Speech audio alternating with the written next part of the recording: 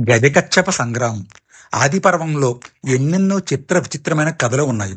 అందులో ఒకటి, గరుత్మంతుడు తన తల్లి వినతకు దాసీతత్వం తప్పించడానికి నాగులు కోరిక మీద అమృత కలశం తేవడానికి బయలుదేరాడు. దారిలో తన ఆకలి తీరే దారి చెప్పమని తండ్రైన కశ్యప ప్రజాపతిని అడిగాడు. ఆయన ఇలా చెబుతున్నారు: నాయన, ఇక్కడకు సమీపంలోనే ఒకానొక దివ్యమైన సరోవరం ఉంది. అది కలువలతో, కమలాలతో, వివిధ రకాల జలపక్షాలతో నయనానందకారకంగా ఉంటుంది. ఆ సరోవరంలోనే ఒక పెద్ద తాబేలు ఉన్నది. కొలను ఒడ్డునే ఒక మత్తగజం కూడా ఉన్నది. ఈ ఏనుగు తన పొడుగాటి తొండంతో తాబేలును పట్టిలాగి హింసిస్తుండేది. తాబేలు కూడా ఏనుగు కాలును పట్టి లోపలికి ఈడ్చి హింస పెడుతూ ఉండేది. అలా ఇవి ఎన్నో ఏళ్లుగా కొట్టుకుంటున్నాయి.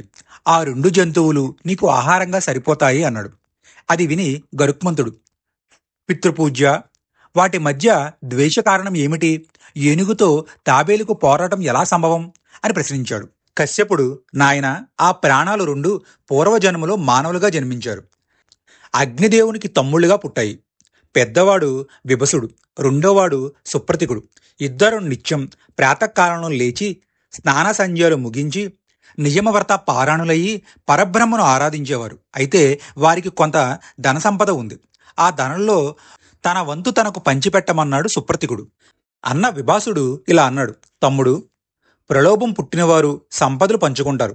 మనం అన్నదమ్ములం. మనకు లోభం పనికిరాదు. పైగా ధనవ్యామోహం వల్ల ద్వేషం పెరిగి కలహాలు వస్తాయి. అప్పుడు ఇరుగు పొరుగులు పరిష్కారం చేయడానికి వచ్చి ఈ భేదభావాలు రెచ్చగొడతారు. అందువల్ల మనం సర్వనాశనం అవుతాం. కనుక పంపకాల మాట ఎప్పుడూ మనసులోనికి రానివ్వకు. ఇంటి పెద్ద కొడుకు తండ్రితో సమానం. నువ్వు నా బిడ్డ వంటి వాడివి అని సముదాయించబోయాడు. సుప్రతికుడు వినలేదు. ఏమైనా సరే పంపకాలు జరిగి తీరాలి అన్నాడు. అంతలో అన్నకు ఆగ్రహం వచ్చి, అన్నగారి మాట మీద గౌరవం లేకుండా ఉన్న నువ్వు మహారణ్యంలో ఏనుగు గర్భాన్న పడి గజజన్మ ఎత్తు అని శపించాడు. తమ్ముడు మరింత కోపంతో, అదే అరణ్యంలో చెరువులో తాబేలువై పడతావు నువ్వు అని శపించాడు. అలా ఇద్దరు పవిత్రమైన మానవ శరీరాలను విడిచి జంతువులయ్యారు. అది మొదలుగా ఆ ఏనుగు గట్టు మీద నిలిచి హేంకారం చేస్తుంది. తాబేలు నీటి మీద తేలి అలలు రేపుతుంది. యుద్ధం ఆరంభమవుతుంది.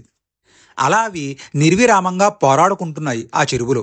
ఆ ఏనుగు ఎత్తు 6 యోజనాలు, పొడవు 12 యోజనాలు, తాబేలు చుట్టుకొలత 10 యోజనాలు, మందం 3 యోజనాలు.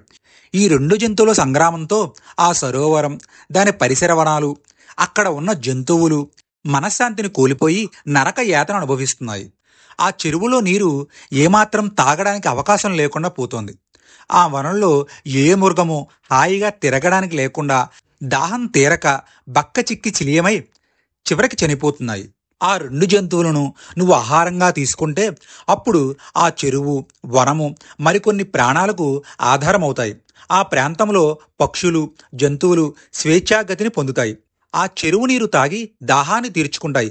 హాయిగా తిరుగుతాయి. వెళ్ళు, నీకు శుభం అని తండ్రి ఆశీర్వదించాడు.